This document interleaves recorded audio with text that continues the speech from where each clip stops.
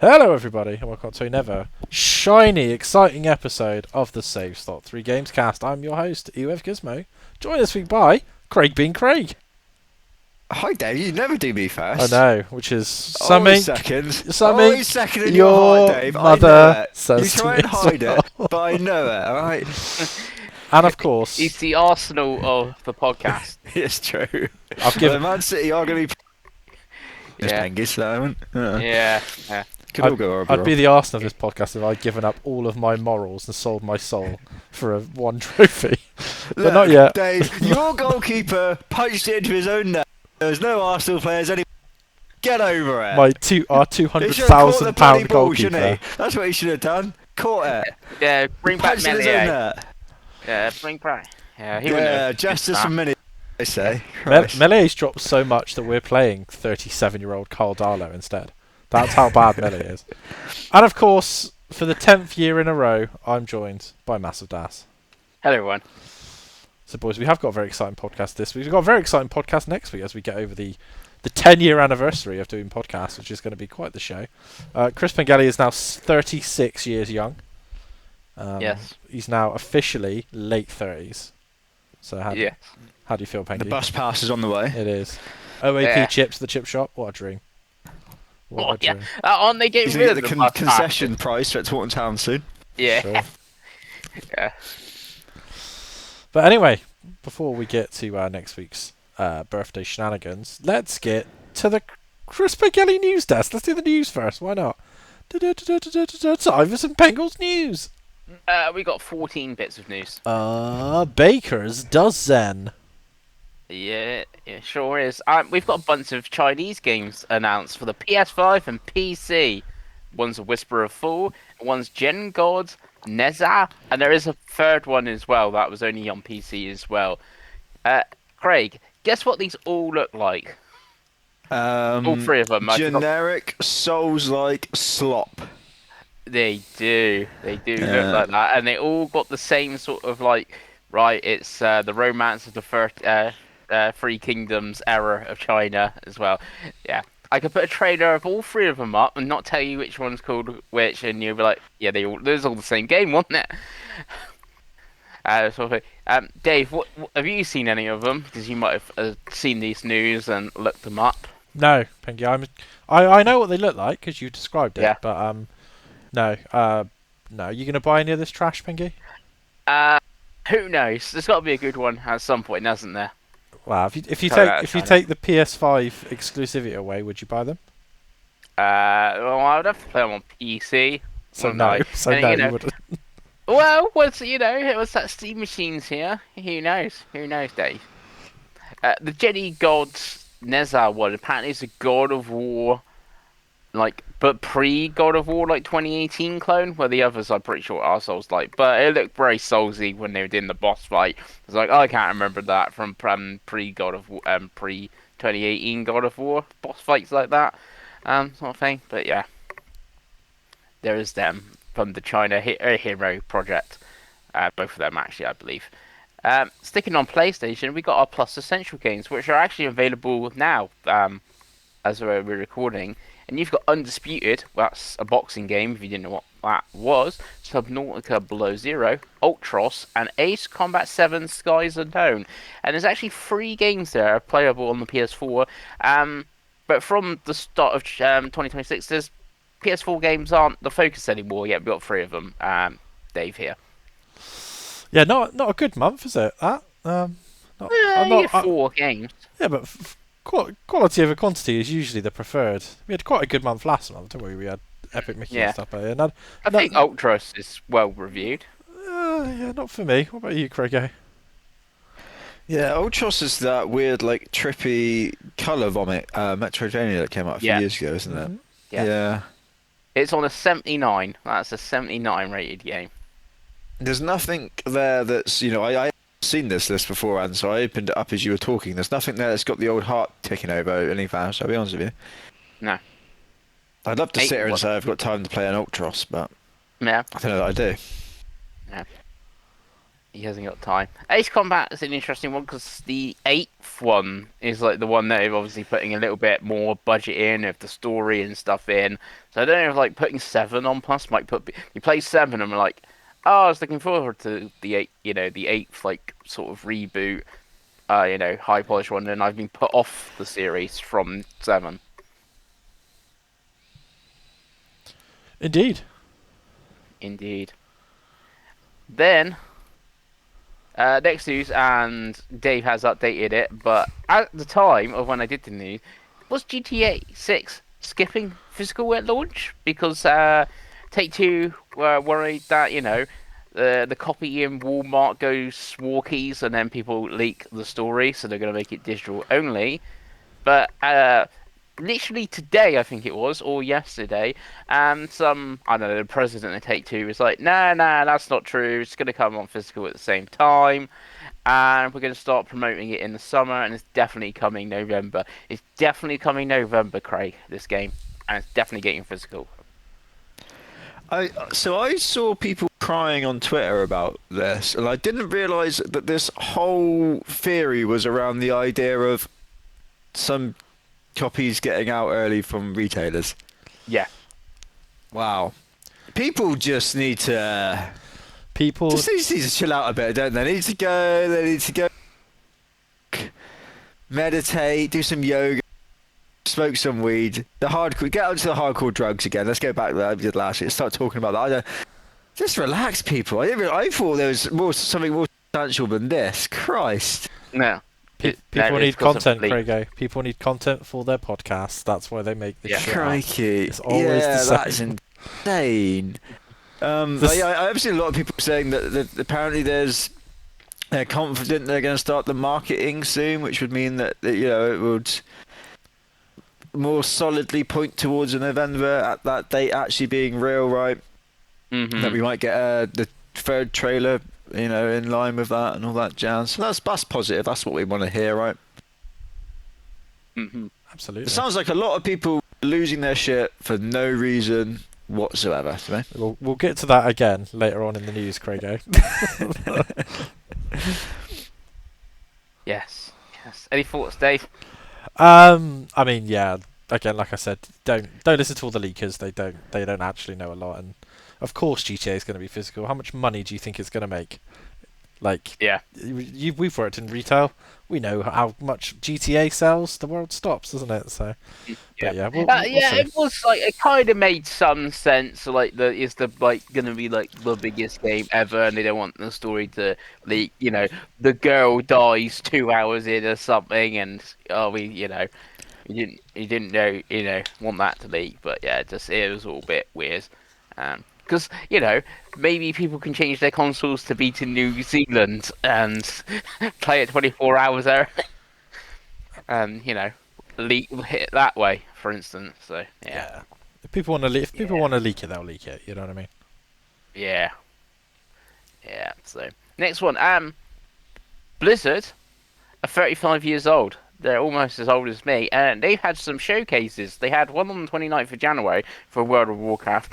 Dave, do you know anything that happened to the World of Warcraft showcase? Correct. Still a game for virgins. I don't know anything beyond that. Okay, but what you do know is we had an Overwatch one today, Dave. You want to tell us about Overwatch? Yeah, so I did see this briefly. There is a big Overwatch 2 update. It's now called Overwatch, not Overwatch 2.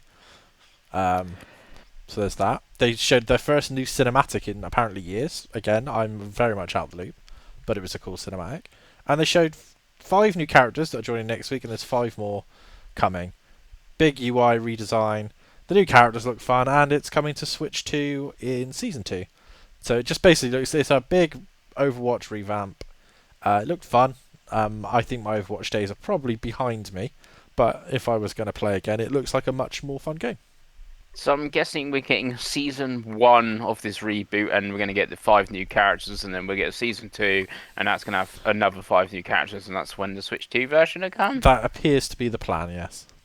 Okay. Yeah, do we know how long the season is? Like, yeah, am I waiting a month for the Switch 2 version, or am I waiting 6 months? I think it's 6 weeks. They did show. I think it starts the 10th of Feb, and I think it might end the start of April, something like that. So it's about 6 weeks. But yeah, I think I mean, a few of the characters I looked at, there was like a a ninja dude that was a healer and he could throw his hat like Kung Lao that looked at quite a bit of Pengals. There's a cat that basically there's a cat, Craig, in a jetpack, like a tabby cat, and it does the what was the shark from Marvel Rivals? You know, the one with like steal people and throw them off the map.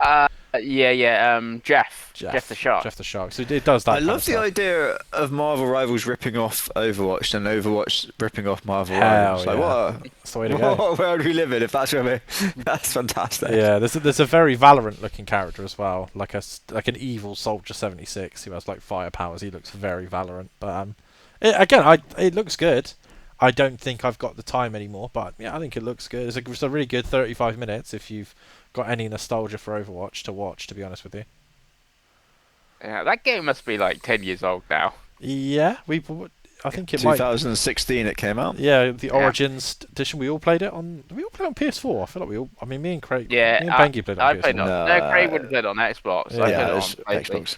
Yeah, I played it like PlayStation, played some Xbox. I even played some of the Switch version. Yeah, I played it on. I tried it Switch. on my old laptop and it like just about ran at 30 frames per second. I don't know about obviously this one and if they have the like the DLSS options and stuff. So yeah, I'm not gonna break out the mouse and keyboard though. Yeah, that's I'm pretty hopeless on that. And the two other showcases are a Hearthstone one on February 9th and the Diablo one on February 11th. I guess the Diablo one's going to show more of the new expansion, Craig. You'd think so, wouldn't you? I would assume that would be out by now because, like they said, the actual character is out, isn't it? If you've pre-ordered the Paladin. So yeah, you would have thought it'd be coming pretty soon at this point. Yeah. Dave, I feel you would have been a Hearthstone player, but I could be wrong. Yeah, I used to like Hearthstone back in the day. Yeah. I'd love Hearthstone and Diablo 4 to come to Switch at this point. To be honest with you, I'd go back to playing Hearthstone. I just don't want to play it on my phone. But yeah, if it came to Switch 2, I'd play it. And I feel like Diablo must come to Switch 2 at some point, right? Because you had 3 and 3 was a Did big 2 push. I think did 2 2 did come. I think Resurrection might have come. But 3 was like a big deal. They did like a limited Yeah, 'cause edition. they did and stuff, didn't they? console, and I've got the amiibo. I've got this amiibo. Yeah. So I Yeah. think 4 would make sense on the Switch too. But yeah, lots of. It looks like they're actually making an effort over at Blizzard, which is nice to see. Yes. Will we ever see WoW on a console? That's the thing. I think that ship has probably sailed, Pengi. Well, technically we will, because it'll be on the next Xbox, won't it? Yeah. Yes. That's that news. Right, that wasn't the only showcase. Nintendo had a few bits and pieces, but they had a Nintendo Direct for the Super Mario Galaxy movie. But they also had a Nintendo Direct, which is about 25 minutes long, for Tomodachi Life, Living the Dream, Craig. Are you living the dream, and are you going to be getting Tomodachi Life on the 16th of April, 2026? No, I'll be honest, I didn't even watch any of this. I've not seen anything about this at all. Game's weird. Very weird. It is a weird game. Dave, did you watch it as our resident #1 Nintendo fan at the moment? I did watch it. It ain't for us. Let's be honest, it's not for us. I just like that they do crazy shit like this. I like that you can still get a crazy ass game like this made. And I feel like in the brain rot generation we live in, this will do just fine. But yeah, very strange game. It might be more strange than the last game. The last game was pretty strange, but Yeah. But yeah. See, I think I watched the American one, so I had Bubbles the Clown. But if you watched it somewhere else, you got, I don't know, was it Clyde or something? I don't know. The Americans need a little special direct for themselves, don't they, at the moment? Yeah, and in Japan it was different again. It was different, all different, you know. I'm looking forward to places the to- TikTok algorithm of people making like Jeffrey Epstein and Trump and Prince Andrew and putting them all in an island. Their island. Yeah, I'm pretty excited for that. That's going to be pretty funny, I suspect. And I wonder how quickly they'll try and ban that. But yeah, justice for Pengals. Pengals will do it because Pengals isn't on the list, so he can do what he wants. Yeah, but I don't plan to get Tomodachi Life. What? But what I do plan to get, Dave, next year, we got the launch lineup for the Virtual Boy on Nintendo Switch Online. So we're getting uh, 7 games at launch, and that's Galactic Pimple, Terror Boxer, Red Alarm, Virtual Boy, Wario Lad, 3D Tetris, Golf, and a match on Inish Moth. Nicely said. Yeah, I excited for that. That's in Japanese, that game, and I didn't think that would actually like come worldwide, but it is. So be interesting how easy or hard that is to play, Davey. But are you excited? Not excited for Virtual Boy? So today, so Nintendo did a behind the scenes, like what's it called, Pengi? Like Hands on. like a hands-on with a load of YouTubers and outlets. Now that all that content's gone live today, so I have seen quite a lot of stuff about this and a couple other things we'll talk about. And the impressions of it are that it's very impressive.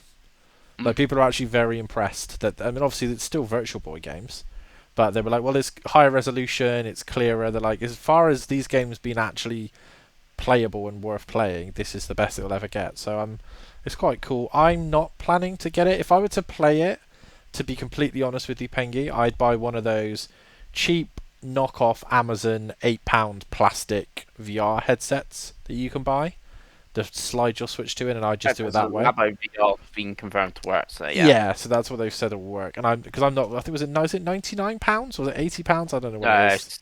It's 60 quid. 60, so it's nice $90, right? So that's where I'm confused. But yeah, I can't really justify that. There's the cardboard one. Yeah, there's no point buying cardboard. Well, it's really interesting how the cardboard one works, because obviously the Virtual Boy, the plastic one, has the stand. You put the stand down, and then you put your head on the Virtual Boy. But the cardboard one hasn't got a stand, so are you supposed to just like hold it, but then you need to use the controller? Has it got a strap on it or something? I kind of want to see, like, I'm getting the plastic one, but I kind of want to see how the cardboard one actually works. I guess it's got a strap, like the like the Labo VR, and you strap it to your head. Which would make more sense, Pengi.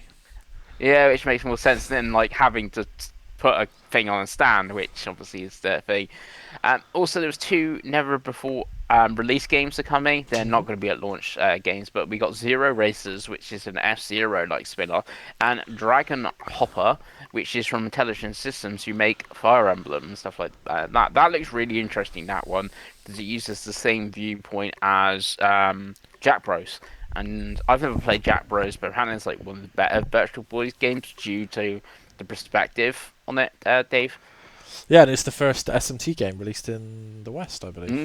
Yeah, So Jack Bros, yeah. But yeah, I'm guessing you've pre-ordered this, Pengi? Yes. Oh yeah. Yeah. It's usually like the only Nintendo thing coming out this year, so you know. Yeah, we'll get to that. We'll get to all of the many PlayStation exclusives, Craigo. Yeah. So, Craig, any interest in the Virtual Boy? Even the cardboard model at like 16 quid? Or no? I'm watching the Nintendo's Classics overview trailer on their YouTube right now. It looks horrific. Yeah, if there's someone, if there's someone this isn't for, Craig, it's you. Bad. It's unbelievable how bad this looks. But you can change colour, but that's not coming to the summer. So it's nostalgia, baby. So you're planning to what? You're going to put this on your desk and you put your head on it, Pengi, and you're going to play this? Yes. How long is that going to last? I don't know how long Wario Land is on the Virtual Boy. Less than 2 hours, Craig. That's my prediction. God. Well, you'd be able to tell because obviously the Virtual Boy have its own app on the Switch 2, and then you can see the time on that, like you can with like the Game Boy and Super Nintendo and stuff like that.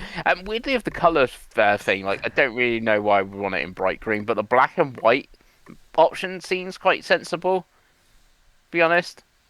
Obviously gonna be right in your face, but obviously, like, you know, we're going back a few years, but obviously you used to have black and white TVs and stuff like that. So that, to me, that kind of makes the most sense for a color change on that.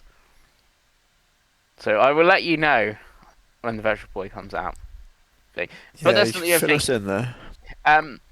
Nintendo today released 2 games for the Game Boy NSO, and that's Yoshi and Balloon Kid. Davey, any interest in these Game Boy games? No, I mean I've got Yoshi on Game Boy. I had that game when it came out in 1994. But the NES version's also up, and that's in colour. So the Game Boy NSO, bit of a strange one. There's very little reason to play those games in 2026. But what about you, Pengi? Not really. I did see that in Japan they've got the like Famicom ROM hack version, like Game Boy ROM hack version type thing of Balloon Kid, which is like so like Nintendo, Craig, you're in it. No, back in the day, you used to buy like a ROM card for the Game Boy or the Super Famicom, and you could take it to like shops and download games and rent them, and they'd be like small games, and that's like they've put that version of up. Well, obviously in the West, we've just got the boring black and white version of it. But obviously, you can easily just make a Japanese account and play it if you really wanted to. Craig doesn't want to do that. No, I'm watching the again on their YouTube now, and yeah, like Dave said, I'm struggling to see why you'd be sat playing this in 2026. Yeah, yeah. The Game Boy games I think have aged a little bit, like GBA A little does. bit. Crikey. Yeah, yeah. Virtual Boy Warrior that is 2.5 hours long, so you know. There we go. Well, that'd be a good 2.5 hours out your investment, I guess, Pengi. Yeah. There we go. Next news item. Sonic Cross Worlds has underperformed. Only 1 million units are sold. Who could have predicted it, Craigo? Who could have predicted Well, the trash game so badly? Oh God, things you like to see. Dave killed Sega. Sounds Where like are all these YouTube channels telling me it's the best game ever? It's on 6 fucking platforms, Craigo. 1 million, 6 platforms. Oh, but yeah, come on, Piggy. Yeah. So it's terrible, isn't it? Because we're, you know, are we going to get another one after this? No, maybe not. probably not. But it's just bad because you know, this apart from Team Sonic Racing, that wasn't very good. No, All the Sonic Racing games pretty bad. has been you know good, and it's nice to have an alternative to Mario Kart, especially like on the other platforms. Like you know, Xbox doesn't have Mario Kart, PlayStation doesn't have Mario Kart, PC doesn't have Mario Kart officially. So like. You know, there's got to be an alternative, and Sonic makes the most sense. So it is, you know, disappointing it sold I think, less than only a million. I think, unfortunately, Pengi, or joking aside, or laughter aside, it kind of proves the point of why there isn't, because clearly people aren't buying these games on other consoles. Because it would be, I would imagine from that million, the best platform for it will probably be Switch, right? You'd imagine. Yeah. So it's like if PlayStation and Xbox players wanted their happy, fun karting game, they would have bought Sonic Racing. It reviewed well. It's already pretty cheap to buy. It's readily available. Bloody blah. But they clearly don't. So, have you ever been tempted, Craigo, as someone who likes karts and owns the other consoles? No, not really. I think if you know if you're in a Switch 2, you're just gonna play Mario Kart instead. That was the pack-in game, wasn't it? Mm-hmm. Makes sense to play that instead, right? That's good. That's why I was saying, like, the other consoles don't have that option. Maybe we need to bring back Crash Team Racing and see how that does. Well, maybe. Yeah, maybe. Next news item. Neo 3 has been confirmed as a 6-month exclusive window on the old PlayStation. It's also on PC day and date. Does this mean it's coming to Xbox or Switch too, Davey? I think quite probably, if they've made the point of announcing the 6 months exclusivity window, because if they weren't going to bother, they wouldn't have told us, would they? But I would imagine that they would want to put this on Switch too, given how well Dynasty Warriors has done, and how well it runs. To be honest with you, so I would imagine that would be the plan, Pengi. And obviously, if they're going to do it for one, they'll put it on Xbox as well for probably Xbox Play Anywhere, right? Because it's already on Steam.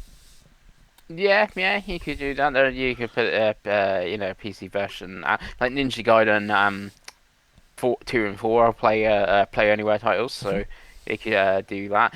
One interesting thing, obviously, this is a 6-month exclusivity window. Obviously, there's games that had like a year and they took 6 years to come over, and that there is 2 expansions or DLC. Like there's a season pass for it, and the last I can't remember when the first one is, but the last one's February next year. So I know this is 6 months, but I wouldn't be surprised if it comes next year after all the DLC and that's out, and there's like, here's the Game of the Year edition. It's now on Xbox, Switch 2, etc. Yeah, quite possibly. Yeah, quite possibly. Yeah. You never know how long. You know, a the bit like ports take. Valve's coming over to PlayStation, and it's got like, here's all the content. We're doing an update. Here's like, the full works edition. I could see, see them doing that. Like, here's the Dynasty Warriors. I know the DLC wasn't including with the Switch 2 version, but it launched the same day as the new DLC of that. Yeah, for So, sure. maybe it could launch the same time as the first DLC, but I don't know if that's before or after the 6-month window. Yeah, you know what I'm saying. But I know the second one is definitely because it's February next year. So Absolutely. Well, obviously you're the only person excited for this game, Pengi. So yeah, I assume it's an 86 rated game. Yeah. So. I'm looking forward to it getting a 76 when it comes to Xbox. But are you pre-ordered day one that we're talking? Yep. Yeah. Grego, when are you jumping in? I'm not. This game has served its purpose. It's got me 16 points on Fantasy Critic, At and the that's the moment, only reason it needed to exist. To be honest Yeah. with you, it's got nearly 100 reviews. I don't think it's going to move around too much, but like Dave said, when that Xbox version comes to 6 months' time and it gets all 5, Yeah, it loses, and then its bonus. And then that they 86. don't let X channels have open critic reviews, do they? That's true. Yeah. That was sway scores and stuff. No, And I guess Nintendo Life would give it a 9 out of 10 because it's a game on Switch too. So yeah, it might even go up, Craig. It might even go up in score. That's all this game was to me. I was just farming it for points, and now it can sod off into the abyss. Yeah. You can play 3-player co-op. I'd just let you know. Yeah, that. if you hate yourself and 2 friends, you can force them to play Neo 3. Yeah. Next news item. The Switch 2 has sold 17.3 million units since June, and that's till the end of December last year. So obviously, it would have sold some more between December 31st and February the 4th. But yeah, it's now the fastest selling console in history. So that number, Craigie. Yeah, it will keep going up, right? Yeah. It will keep on selling. It will keep on chugging away. Yeah. Which, it's like, see this number and fastest selling, it's like, it's not called MPDs anymore, but them like, oh, it's the worst like holiday ever in the United States. All the consoles, the Switch 2 is down year on year on the Switch 1 and like the Switch 1 and then it's like, nope, it's the fastest selling. I know it's done ridiculously well in Japan, the Switch 2, so this is the thing, worldwide, yeah, obviously it's a huge success. Davey? Yeah, like I said earlier, don't listen to what YouTubers tell you about stuff selling badly. No, it's fine. Yeah, but I guess they just looked like, oh, it's MPDs, it's selling badly, but it's just one country. Well, I don't know if North Canada comes into the MPDs or not, but it's basically like one country, and because that country is the United States, it's got to be bad. Thing, Nintendo saved gaming. Remember, because the United States, even though gaming is fine in the UK. I think the United States are learning at the moment that they're in fact not the center of the universe. I think it's becoming apparently clear to them politically, isn't it? So, but yeah, good to see the Switch 2 getting good numbers, and I suspect that it will only continue to go up, as Craig said. And the Switch 1 is now on 155.37 million, making it Nintendo's best-selling system ever, because it's now past the DS. But can it pass the PS2, which it needs to sell another 5 million to do that, Craigie? You see it selling another 5 million? Yes. China, I don't know. India. Yeah, I guess Switch lights, make them cheap, sell them in India. Yeah, I can see that. Davey? Flog them to anyone. So I think make up some numbers. I think Switch will get to whatever the number is at PS2 now, but I could also see Sony miraculously finding 6 more million PS2s they had in a cupboard. I'd be like, oh no, we're still the best, because they're an awful company. But yeah, I think it'll get to 160 million. 4 million's not a lot. you think about the cost of consoles now, it is probably the only. I know it when it had a price rise, but it's probably the cheapest console that people are actually going to buy, right? Because no one's going to buy a Series S now. No. So unless the No. PlayStation, obviously PlayStation when it goes on sale, usually it's quite cheap, right? But I think a Switch Lite is not much other than the Portal. It's not a lot you can get for under £200 anymore, right? So there is hope. Be interested to see if they can do it. I guess the thing is, Nintendo starts putting more games on Switch. Like Tom and Dashi Life is a Switch One game. Yeah. Pokemon Champions coming this year is a Switch One game. Mhm. There's something else. What was it? Rhythm Heaven Rhythm is a Heaven's Switch One game. yeah. Yeah, but if they start putting more, Pokemon Gen 10 is a Switch 2 only game, and next year, in 2027, there's no Switch 1 games. Maybe it slows up, but obviously the library is massive on the Switch. Like Craig said, if they went to Indian market or something, he's like, well, everything's brand new. Yeah, so that sort of thing. Yeah. Talking of new, brand new. Again today, AMD. Everyone's talking their fiscal numbers and stuff like that. The next Xbox is coming along nicely, and it's going to be out in 2027. Craig. Is it? Yeah, this is AMD. Is in their financial things. I think the wording was they were ready to support the launch of the console. Whether that means the console's launching or they're ready to put the chip inside a box. I will get the quote. Have we done the GTA thing again here? I will get the quote. Probably, Craig. Is that what we've done? And development of Microsoft next-gen Xbox featuring an AMD semi-custom SoC is progressing well to support launch in 2027. God knows, Pengi. Yeah. So.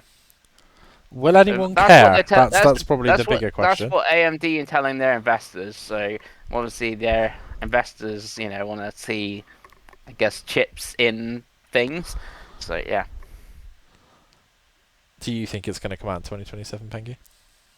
I could see it getting delayed to especially if this is the thing with the RAM prices and stuff like that. If they continue going up, I could see it slipping into 2028 sort of thing. Yeah. Indeed. And I guess if it is coming next year, like when do they announce it? Do they announce it this year and going, oh, it's coming in a year's time, or do they wait till like summer 2027? It's like, it's in 6 months away. That's sort of thing. You know when I reckon we'll find out? Where? When they announce it.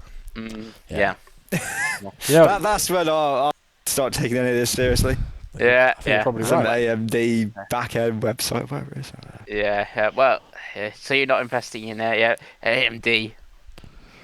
I probably should have done that 30 years ago. I would have thought I'd be a millionaire, but yeah. Ship's probably sailed, to be honest with you. Just before all these RAM prices. Five years ago, you would have made a pretty penny, actually, to be honest with you. At the moment, it'll crash soon, Pengi. Don't worry. Yeah, crashing. More Nintendo notes. So Mario Kart World has sold 14 million. So 3.3 million people on Switch 2 have not bought Mario Kart World. Pokemon ZA Legends, or Legends ZA, I should say, sold 12.3. That's combined, obviously, that's Switch 1 and Switch 2. DK Bonanza is 4.25 million, and Kirby Air Riders 1.76 million. Metroid Prime 4, we have no numbers whatsoever, so it's less than 1 million, and that's the thing. And Hyrule Warriors Age of Improvement is a bit of a weird one, because we have numbers from Koei Tecmo's physical thing, and that's saying it's sold 1 million, so you'd think it'd be on Nintendo's list, but it's not on Nintendo's list, because Nintendo's list is a worldwide investors document, so it has the worldwide numbers or something, and basically they've not added the rest of the world to the million of Japan for some reason. So I'm guessing it's a really small number from the rest of the world, and they've just not bothered to add it up. But yeah, Dave, 14 million people have played Mario Kart World. You're the only one that likes it. No, lots of people like it actually. 14.01. So I've got more detail. I've got the slides from Nintendo here. So it's important to note for the Switch 2 edition numbers that they list, that is only physical. So any Mm. digital Switch 2 editions are counted as Switch 1 editions. So you Mhm. won't see any numbers. So for example, the Pokemon number, it's Yeah. 3.89 physical, 3.89 million physical Switch 2 editions. Everything else is Yeah. Switch 1. So I think these numbers were true. So that by that potential, Metroid could have sold a million, but it's not sold a million of each SKU because they don't combine them. Mm. So it might be Yeah. they might be a million. It's still not very good. And obviously Hyrule and Metroid came out. When did they come out? End of November, start of December, Craigo. Yeah. Yeah. So this Close is to a the end. Yeah. month's worth of numbers, right? Still not great, but Yeah, so Metroid came that's out just in the December, context. and this is the end of December, so Metroid mostly didn't have enough time anyway. Hyrule maybe had enough time, and like I said, Koei's number seems to say it did sell a million, but just Japan, because they're only releasing Japan's numbers for releasing Koei Tecmo, even though they're a worldwide company, and we could go invest in them right now. So that's yeah, it's weird. But yes, I think for Switch 2 numbers, I think the most interesting numbers are I think Kirby Air Riders doing 1.76 million is quite impressive. It's more than I thought it would do. That is almost double Sonic Crossworlds, which is on every platform. And Kirby Air Riders is, let's be honest, a probably overpriced Kirby spin-off game. So I don't think Mm. 1.76 is too bad. And I think 4.25 for Donkey Kong isn't too bad for Donkey Kong. If it was Mario, it'd be a disaster. But I think for Donkey Kong, I think that's pretty fair, really. I think for what that game usually does. I think the scariest numbers here are the Switch 1 numbers, the updated numbers. So Mario Kart 8 Deluxe is now on 70.59 million. Animal Crossing on 49.32. Which, see, that's a ridiculous number, but then it's like Nintendo games have nearly got like ridiculous actually. Like, what is the other 70 odd million of Switch 1 owners playing? There's plenty of games. There's a lot of these games are in high. Smash Bros Ultimate 37 million, Breath of the Wild 33.64 million. That doesn't include the Switch 2 editions, so I assume that's less than a million. Wii U. Or Wii U. Super Mario Odyssey 30 million now. Scarlet and Violet 28 million. Sword and Shield 27 million. Tears of the Kingdom 22 million. Mario Party, not even Jamboree, just Super Mario Party 21.28 million. And new Super Mario Bros. U Deluxe 18.8 million. So And then add the Wii U original. What? That's like 4 or 5 million yeah. on the Wii U even. That game. So yeah. But we had nothing else to play on the Wii U. So. So basically, Craigo, Nintendo games sell a lot. Is basically the moral of the story, and they're doing just fine. So people don't have to be doom and gloom for YouTube clicks. But I'm sure I'm sure tomorrow I will read a video. Nintendo year of the doom. Oh, There's no games. Blah de blah de blah. The stock did drop 11%.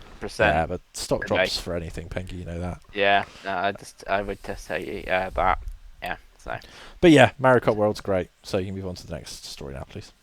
That has actually reminded me. I didn't put it in this. Doom's come to the Evercade. Dave. Plays on anything, Pengi. It plays on anything. Yes, it plays on. Where's my play? There is a Playdate version, but not an official Playdate version. But there we go. Okay. We got some Game Pass games, so we got like the second wave for February because Xbox do it in this way. So one of them's not on the list because they like shadow dropped it, sort of thing. And it came out the day they put this list up, which I think was when does this list go? Yesterday actually. So it came out yesterday. Is Like a Dragon Pirate Yakuza in Hawaii, Craigie. So that's on Game Pass now. Huge! What a banger! I don't know what tier it's in, but that's there because everything no one else. cares, Pengi. Because everything else that's coming is Ultimate, apart from 2 games. So, Paw Patrol Rescue Wheel Championship, that's in premium, and Avowed is Weren't coming. you crying that one of the Paw Patrol games left the Game Pass last He did. week? That's literally what he was crying about. Not me.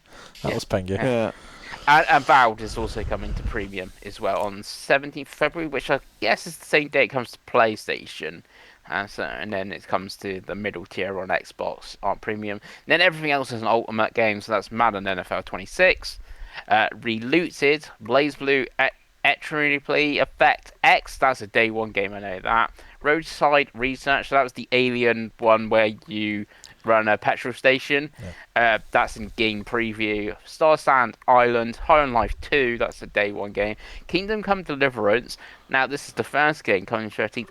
Now, over on PlayStation, on the PlayStation Store, on the Kingdom Come Deliverance like page to buy it. It basically said there's a PS5 like version coming, and sort of thing is like, oh, the PS5 version's happening. So I'm guessing it's going to come out February the 13th, and the Series X and the PS5 are going to have new shiny versions to Kingdom Come Deliverance. And then you also got Avatar: Frontiers of Pandora. I think this is a good list, Craig. High on Life 2, I'm guessing, is what you would check out from these. Yeah, potentially. Potentially, I did very much enjoy the first one. And like a dragon pirate Yakuza in Hawaii is very good. If people want to play that, it's a good opportunity to give that a go. Fantastic. Davey? Yeah, it's a pretty good month, isn't it? I suppose. Obviously, Yakuza, like Craig said, Drop-In's a great game from last year. A couple of really good day one games. Obviously, BlazBlue, Entropy X, Roadside Research, and High on Life 2. It's all pretty cool.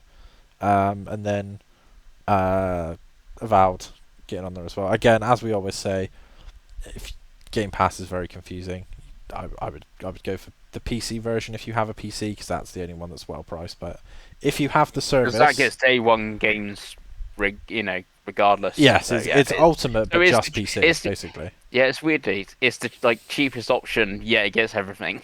So yeah. Yeah, it's a strange. I guess it just doesn't have the back catalog, right? That's how they justify it. But Yeah. but yeah, if you have Game Pass, this is a really good month. Yeah.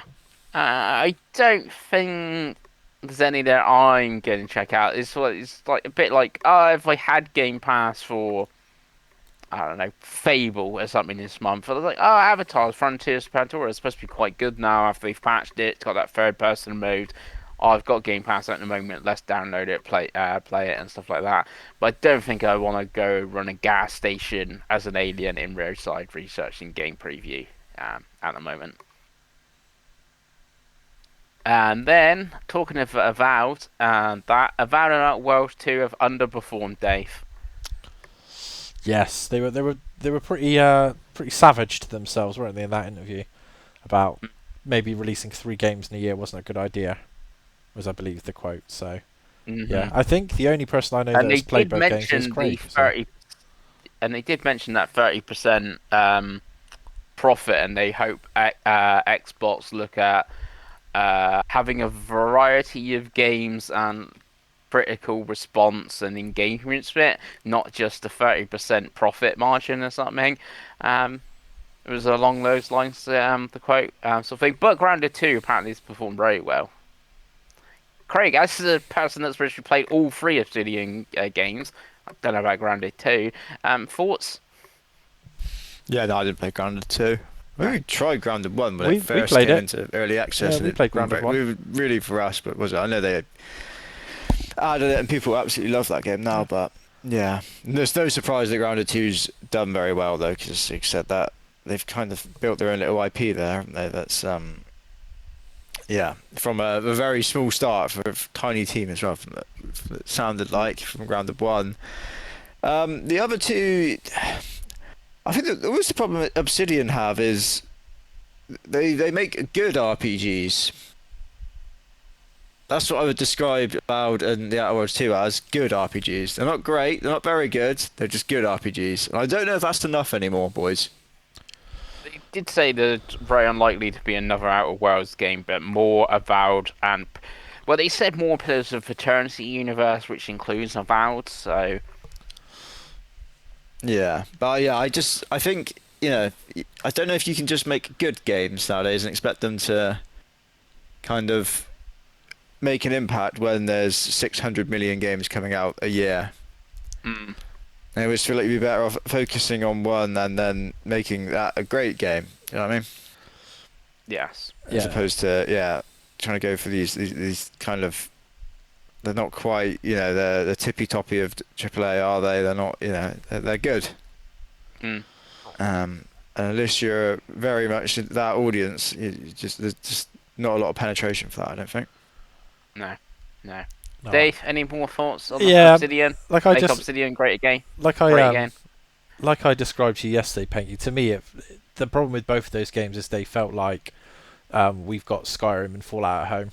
And like Craig said, you have to stand out now. You can't just be good enough, especially if you're an Xbox studio. That just doesn't get you There isn't the cachet anymore to get away. Like, you're not cute little Obsidian who make games. You're part of Xbox Studios. You're on Game Pass. If you don't come out and absolutely hit the ground running and become a bit of a cultural hit, you're never gonna But even though I don't know if you can blame Xbox for that. If the studio weren't bought by Xbox, no, but that's the perception. I don't if mean like this from was a them. third-party release, I don't know that Avowed and the Outlaws 2 are doing any better. No, maybe not. But I think it's more. It's not an attack. It's more like it's the association, isn't it? Like, it's a Bethesda studio, essentially. So if it's going to come out, you're going to get compared. If Outworlds comes out, it's going to get compared to Fallout, and Avowed is going to get compared to Skyrim, right? It just doesn't help. I'm not saying it's a major factor. I'm just saying it doesn't help. It's like you said. It's good. It doesn't stand out. There's nothing about. You played Avowed last year and Outworlds, right? And how many times did you mention it on the podcast after you played it? You were like, "Oh yeah, I played it. It was alright." It's like, it's not selling it, is it? It's not big. No, it's good. They're good Yeah, games. They're like, 8 out of 10s. it's They're not. good. That's the thing. It's That's just what not I'm saying. enough. They're now, good. Yeah. Yeah. When there's 6 other AAA games coming out that month, that's just, it's not enough. Yeah, I think what I mean with the Xbox thing, to be more eloquent about it, is that it gets lost in the shuffle. That's what I mean. It's in Game Pass. It's just in this service, right? Like, that's the primary focus for it. It's never going to get huge marketing on PlayStation, which is the other console. It's not on Switch, right? Neither of them are on Switch. No. Outwards No, 1 was, no. though, wasn't it, in the end? Yeah. And like, obviously, PC's PC. How many games released every day on PC? Thousands of games. 20,000. Yeah, so on like, PC. that's the point I was trying to make. Is like, if you don't stand out, then you don't stand a chance in the modern market. And like you said, functionally they're good games, but they're not. Yeah, they're not Souls-likes that's got a niche audience that people are going to buy, right? So it's sad because they are good. They've always made good games, Obsidian. Even their weird games, like I don't think maybe you played it, Craig. Like Pentiment is supposed to be quite good, and like Yeah, Grounded I've not does played really it. well, and all that kind of stuff. I've always wanted to play on handheld because it looks like a very good handheld game. Yeah, I think it is on Switch, right? Pretty sure. Yeah. And that is all the news. Lovely thing. Well, a good long news section. There's always a lot. There's always a lot happens whenever we take a break. When we do weekly shows, nothing happens, but we take a break and the world decides. But we are getting into showcase season, Craig, aren't we? So there's going to be more to come. So do we want to do games of February, or do we want to talk about what we've been playing? Up to Craig. Do what we've been playing, I guess. Do what we've been playing, right? So let's get Craig first, because Craig's got a lot of talking to do in the next section. So, my dear, sweet Craigo, what have you been buying and playing in the last 10 days? So I did go back and quickly re-listen to what I've been playing last episode because I couldn't remember where I got to. I was near the end of Stray last episode, boys, and I have now finished Stray. I was 90%. I didn't have much left at all. I think I went back and did the last few bits, and then that was that. It's a fun little game. I enjoyed it. I've said before, it blows my mind that this was nominated for Game of the Year. That's insane. That's mental. I've not gone back and looked at what else it beat to get that nomination, but I'm sure there's some absolute travesties and that it probably should have been nominated instead. But that's not this game's fault. That's not their fault. It's fun for what it is. It's fun. So I said last week that the next 2 games I would probably start would be 2 from the backlog, which is what I started next. So I'll talk about Silent Hill F first, I think. I started that on the PlayStation. That's one of the backlog games that I had, one that I bought last year on Black Friday, I think. Mm-hmm. On those sales. There might have been a gift card, I can't remember. But yeah, I started that. There's a fair few options you go through if you start it. I'm playing it in English, which I don't know if that's sacrilege or what. Did you play it in English, Pengi? Actress that does she does the motion, like she's the character as well, but she did the voice. Apparently it's really good. She's even nominated at the Game Awards and stuff, which I can't remember ever a foreign actor or actress being nominated at the Game Awards, but yeah, she was. So yeah. So yeah, that's how I'm playing it, and the English voice acting seems very good to me. So that's I'm happy with that. There is an option for your. Do you want the shiny mode with less frames or the less shiny mode with more frames? I started on the shiny mode with less frames. I did. I actually found that the combat, because the combat is quite slow anyway. It didn't. I was like, oh, it feels fine in the combat, but I did find moving around felt a bit sluggish and framey sometimes. Especially if you went from walking to sprinting suddenly, it felt like it took a second to get there. So I did go on to the mode which is slightly less shiny frames, Mm. and was instantly like, oh yeah, this is the mode I should be playing this on. It felt very good. Um, it felt a lot more natural, and it still looked shiny to me. In all honesty, Yeah. I See, I wasn't played sat on there. I'm Pro, not which Digital Foundry. I'm sure we can throw around some buzzwords. DLS. I don't know. yeah, Pacing. I don't yeah, know. Reflections. yeah. Ray traced reflections. I don't know, but it looks really good to me. Yeah, I see. I played on Pro, which combines those two modes, but then the Pro's got the problem where it uses Pissa, and it has like artifacting and stuff, and it's especially bad on like the plants and stuff in like the opening village. Those plants and stuff do look weird. Once you get past that bit, like and stuff like that, it's actually not bad, and I didn't take any like notice of the problem. It was like, ooh, I got both of best of both worlds here, sort of thing. But yeah, the plants were foliage was not great on the PSSR on it. Bloody pisser causing you problems, Pengi. Yeah, I've had enough of that. So yeah, I played it on. Yeah, so I'm on the frame mode now, and that feels very good.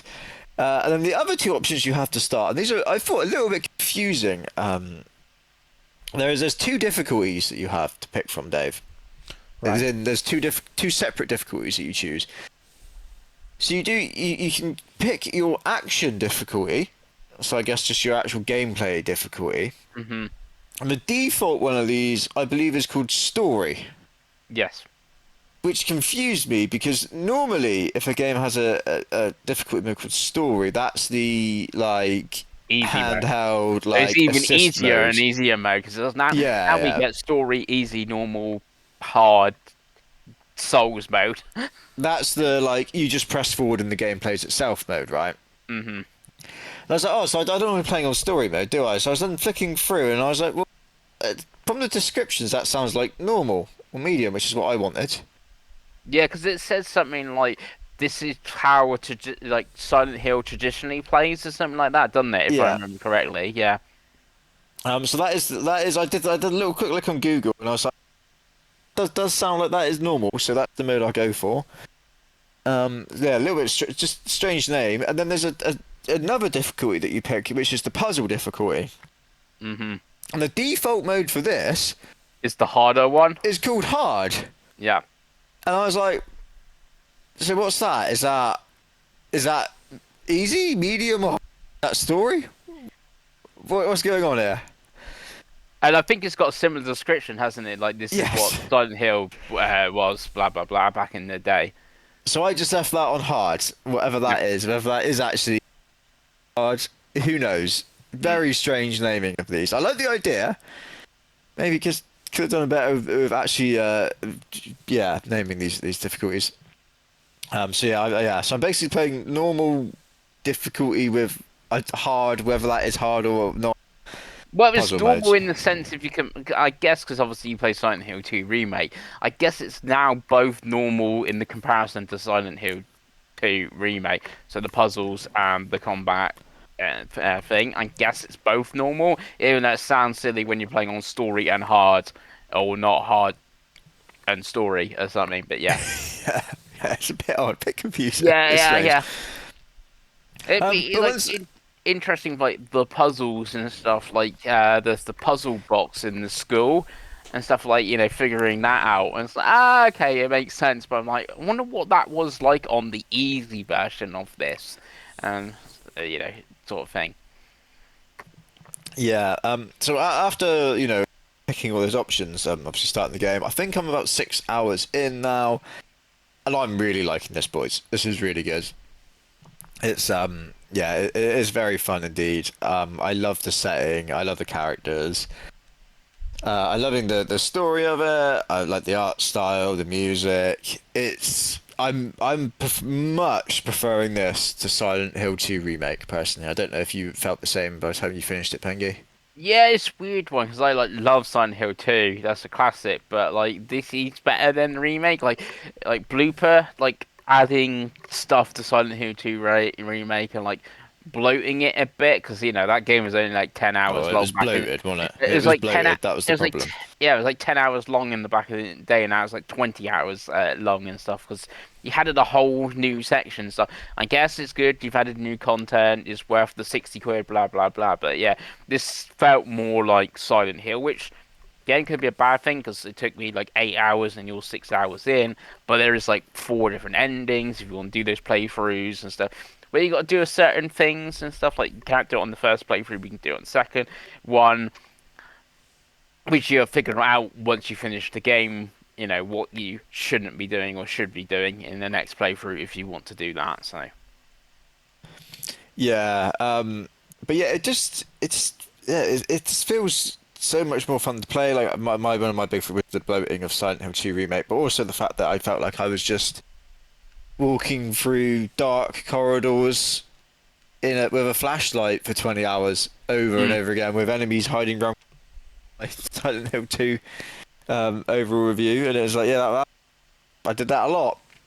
Whereas this feels a lot more varied. There's like the more explory bits, which I really enjoy. Because, like I said, the actual setting of that little village or town, whatever it is that you wandering around in, is really cool and interesting. And then it kind of cuts to in the other chapters. You've got a slightly different setting idea going on, and they play a little bit differently. So yeah, it all just feels a bit more varied, a bit more fun. It's more like I feel like this is more like spooky as opposed to like Silent Hill 2 was just to me that was just intense. That was just like I said, that was just wandering around in the dark with a flashlight with enemies hiding around corners jumping out at you. Whereas this feels like there's a couple of moments where like, enemies have dropped from the ceiling and fucking got me and jump scared me, absolutely. But it feels just more like spooky and like a bit more chill. Where Silent Hill 2, a bit more like yeah, I'm actually like enjoying this, having fun with this. So yeah, I'm really enjoying that so far. I have no idea how much longer I have left. According to the PlayStation, I'm like, what am I? I can do this live actually, boys, like I did with Stray last week. I am 44% in apparently. So, yeah, very much enjoying that. And then the other thing I've started and played a bit of is Hyrule Warriors: Age of Imprisonment on the Switch 2. Which again is another backlog game. I think I'm about 3 hours in, maybe, to this one.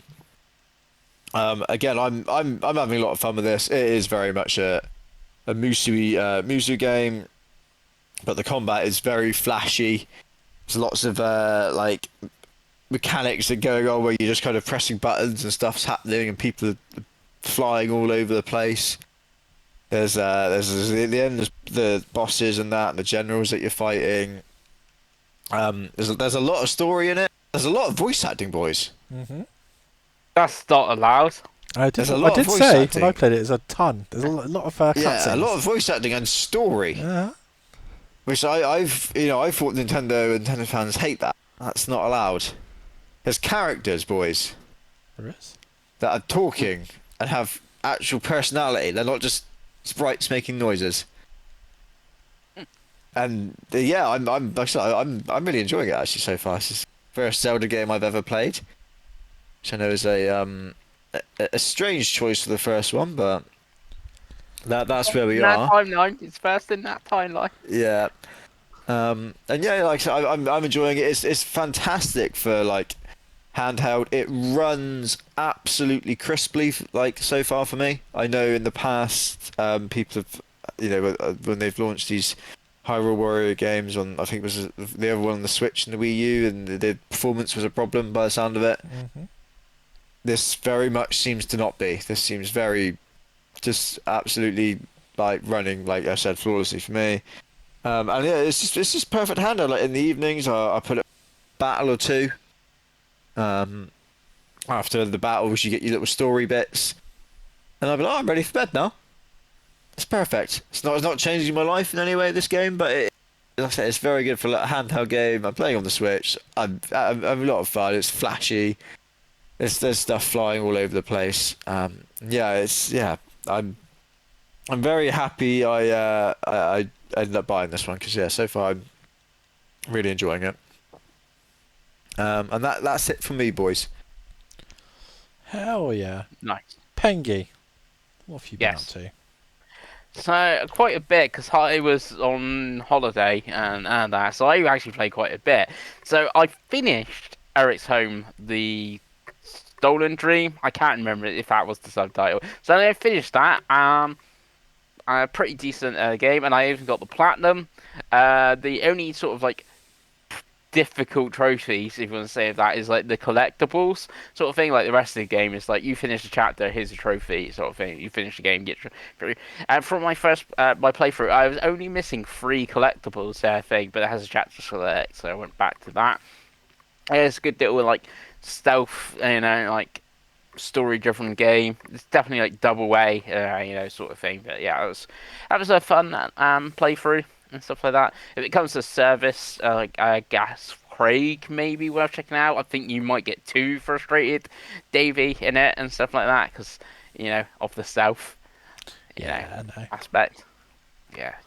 And it's weirdly like it's a stealth game, but it's also like more of a puzzle game. Because later in the game, you get like 3 characters, and they all got different abilities. So it's like, I got used to do to swim. That you can do this lever. Okay, but and then the guard's gonna see that lever, so you got to use the other character to distract them, so the other one can move past. So it's like more of a puzzle than like the stealth. It's like how do I figure this bit out? Sort of thing. So it's more of a puzzle game. I mean, the first Plague Tale game was kind of like that, wasn't it? It was kind of a stealth game, but they played more puzzly. Yeah. So it's more of a like I said, more of a puzzle than figuring out how to get past that guard with these 3 characters, sort of thing. Like I said, you got to pull the lever. The guard's going to see the door open, but this character can't walk through there because the guard's in the way. So the other character, well, she could throw a stone. Yeah, go look at the stone, the classic video game thing. And then the one character can go past. Jobs are good and sort of thing. But anyway, I It must finished have that. been the wind. Yeah, it must have been the wind and yeah, sort of thing. Anyway, I finished that, so I traded that in. And I traded it in. I'm sticking at the PS5 section, as you do. It's like, I just picked up a game recently I've never seen before, sort of thing. So I picked up another game I've never seen before called Dollhouse Behind the Broken Mirror. I've never seen a physical copy of this. Never even heard of this because Eric's Home I had heard of. Because I'm sure, even though you said you can't remember, Craig, I'm sure you said about it on Fantasy Credit or Open Credit and you got 82 stuff like that. I had some recollection of that game. Dollhouse Behind the Mirror, none whatsoever. So I picked it up, had really bad signal. So when I actually did have internet again, I looked up and was like, oh, this game got a 40 on OpenCritic. That's not that's not good. Most probably why I've never seen this game before. But then I looked down how long to beat. I was like, oh, it's 4 hours long. Okay, that's not too bad. And then Davey, I looked up the trophies. That was the third thing. So I looked up the reviews, then how long it took, and then I looked up the trophies, Dave, and it's an easy platinum. Of course it is, Pengi. Of course you Yes, didn't know yeah. that before you did it. No, generally I did not know that. That's the best bit. Like I didn't even know Eric's Home was like an easy platinum as well. Like you can miss all the collectibles in the game start being in there. It's like yeah, so sort of thing. Yeah, so Dollhouse to break Behind the Mirror. I get why it's a 40 rated game. It is dull as dishwater. It's like a horror game, but nothing scary about it apart from the controls, the firing the guns.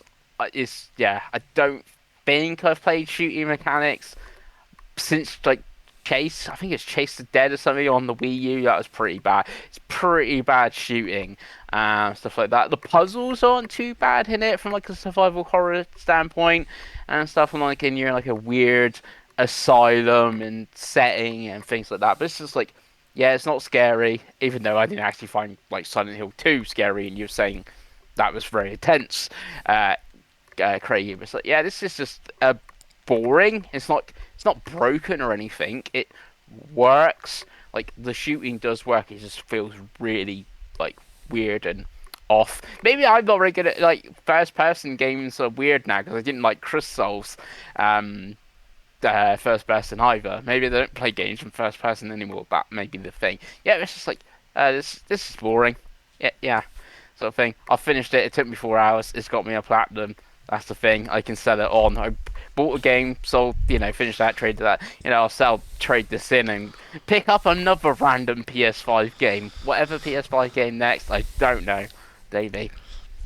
Well, I suspect, Pengi, not to call Yeah. out your conspiracy here, but on the 24th of January, Yeah. after I had got a platinum, I will add, Craigo, you sent me a True Trophies invite to race to 10 platinums. Mysteriously, maybe just over a week later, you have got 2 platinums in games you've never heard, quote unquote, never heard of before. So, if you trade this game in and suddenly you've got platinum number 3, Yeah. you're going to have to become a politician with the level of lying through your teeth that's coming out of your mouth, Pengi. Yeah. Well, like I said, Eric's Home I did know about. Didn't know it was an easy platinum, but I did know that was quite a good game. Dollhouse, I didn't have a Scooby Doo and stuff like that on that. Because I even said to Dan Truce Murphy, it's like, yeah, I picked up this game after like this afternoon. You ever heard of it? And he's like, no, I've never heard of it either. But yeah, sort of thing. It's like, yeah, there we go. Next game on PS5, I played some 2XKO. Played a little bit more of that. I picked up, I think, 1 or 2 more trophies in it. I think I got used the 5 ultimates and some team thing or something on that. So I played a little bit more of that. Yeah, I think it put me in the do like the round of matches. It put me with someone, and then we fought 2 other people. I think I got a trophy for that, Davey. Sort of thing. We need to do that 10 lobby trophy. We do. Yeah. Because that's quite a rare trophy, because I guess not many people have played it with friends to get that trophy, sort of thing. Yeah, so a little bit of that, not a huge amount more. And then the last thing on PS5, I started the Neo free demo. So they put a demo out. This is actually the second demo. They did an alpha test, which I played, and I really liked that. It's one of the reasons I pre-ordered Neo 3, because I like that alpha test, just because I played the demos of 1 or 2 when they came out, didn't like them. Obviously, that was before like playing Elden Ring and Lies of P, and obviously this is post Lies of P and Elden Ring and sort of thing. But like, I played the alpha, quite liked it. Then they put this demo out. This demo is a chunky boy. It took me 4.5 hours. My PlayStation says I'm 20% through, Craig, through the game already. You can transfer your save. If you finish the demo, which I have, you get some like snake helmet or something. I don't even know if this helmet's going to be any good when I actually get the game, because I might have better gear already, because when you kill enemies they drop loot and they have better gears, and you have your rare loot and your ultra rare loot, and one's purple, blue and all that shenanigans. Like I got a hammer now that does like 400 damage. It's pretty slow to use, but my sword before that only did like 200, so I've like double the damage now with my hammer, sort of thing. Really fun, sort of thing. It's like an open world map, and then you go to like missions, which I think Neo 1 and 2 was all linear, and now it's like open world, and there's some side quests. I did a side quest for someone on something to do with, weirdly, a boat, Craig, a boat, and I had like a boss fight, like a optional boss fight, sort of thing from that sort of thing. So you, again, drop gear, you get souls. I don't actually know what they're called in this. If you get souls, you can level up your character and things like that. Played most of the game by myself, but you can like summon people within game and not. So it has this weird mechanic. It seems to be around boss fights, but I could be wrong, because that's the first one to think. So you have a boss, and then people that died to that boss are like now red symbols on the ground called like reverence, and then you can like summon them, fight them, gives you XP, gets you gear, and you get like a seed thing. So you can like summon people, and there's blue ones around the boss, and the blue ones around where there's people that have defeated the boss, and then you can summon them to help you fight it. This I think they're all CPU controlled characters, but if you went and played it now, Craig, you should in theory see a blue like copy of me because that killed the boss sort of thing. But you can play the whole game in co-op. Like I said, you can go to like missions and summon people, and that's real people sort of thing at the time. So I did this like side mission where you're fighting some princess or something. So I thought, oh, let's try the co-op. I did that. So I joined someone that's level 40. Like in the area that I am says I need to be level 8. I'm level 16, so I'm double the level in the area. So join someone level 40 and you fight this like princess. Like don't know what the level of the other person was. So obviously, a giant level 40 person. And like we absolutely destroyed this like boss princess character in seconds. But it's like, oh, you must have been grinding this game quite a bit to be level 40 already in an area that you're supposed to be level 8.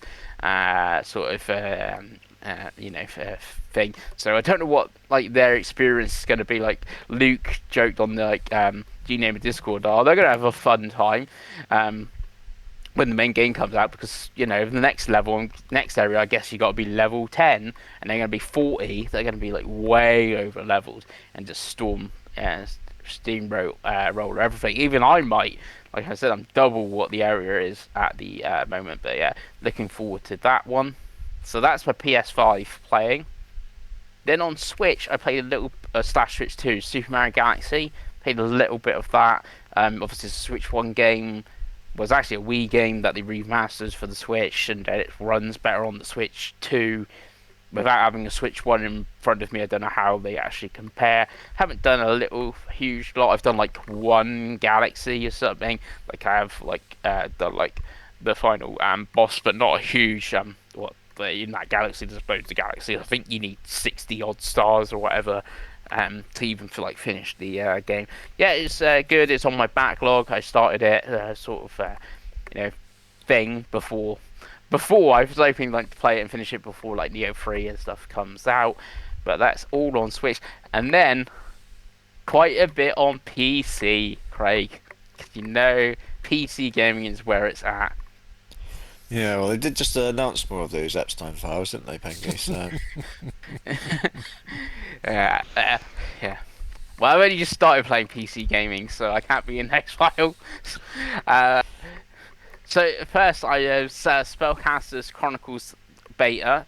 So I got an invite to the beta of this. I did invite you, Dave, because it's through Steam. You get to, and I'm inviting Andy from the GName forum because I was trying to think who else may play it that's also friends with me on Steam.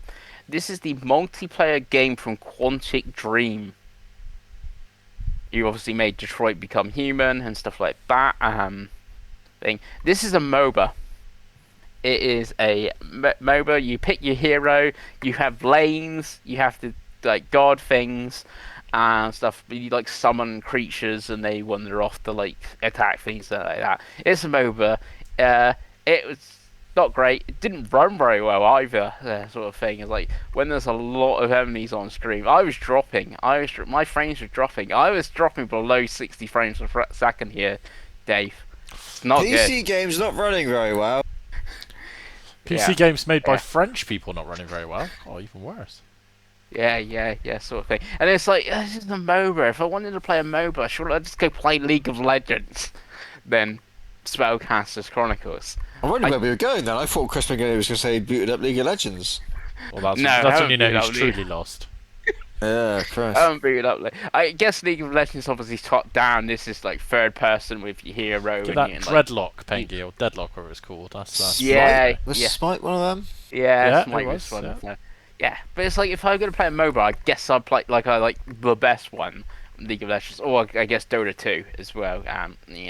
One of those two options, sort of thing. But yeah, it's like this is not for me. I don't know how well this will do when it comes out because there is MOBAs, and are you going to get the League of Legends or the Dota 2 people to come over and play this? Most probably not. No. So I can see that not going well. Then also on PC, I played Anne Roger. So this is like an indie game that reviewed quite well last year. I think it even made Kind of Funny's top 10 games of the year.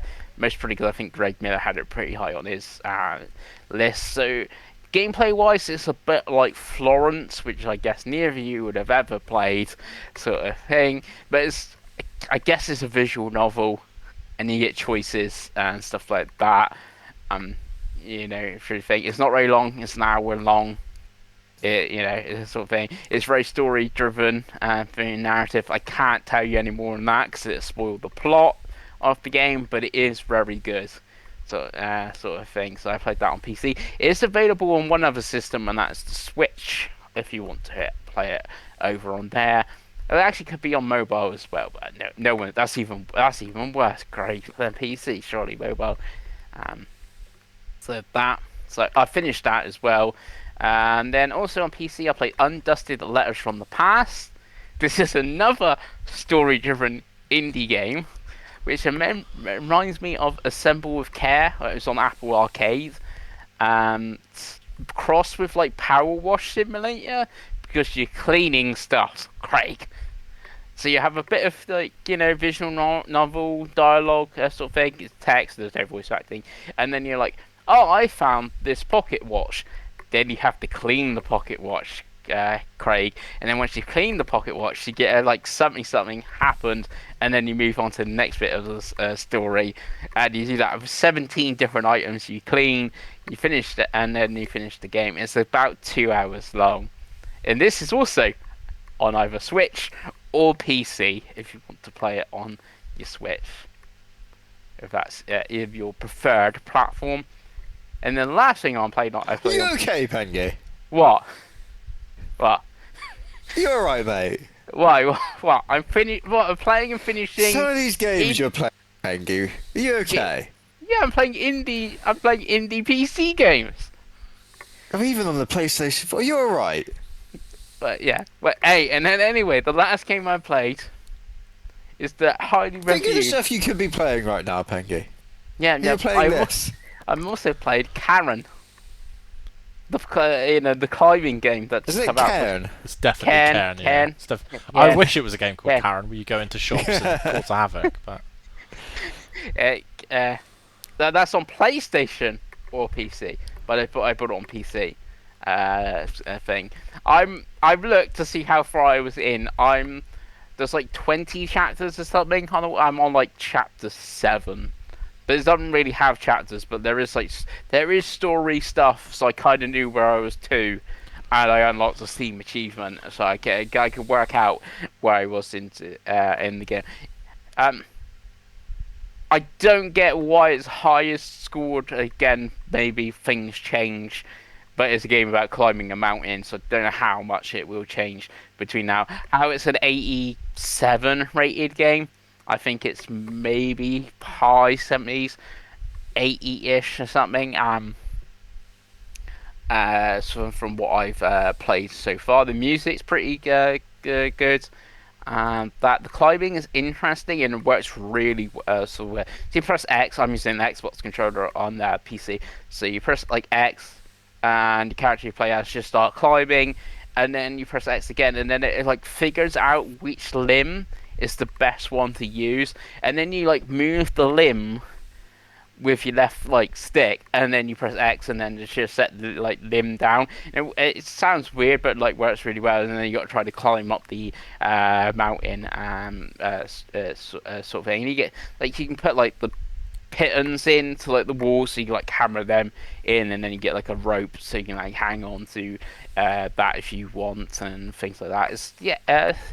It's good so far. I don't think it's as good as like the reviews are, unless I'm not that far into it. Maybe it's like some real interesting story beat or something happens and stuff like that thing. But I can tell you, uncapped frame rate, I'm getting 90 frames a second. None of this PlayStation nonsense where it dips, Davey.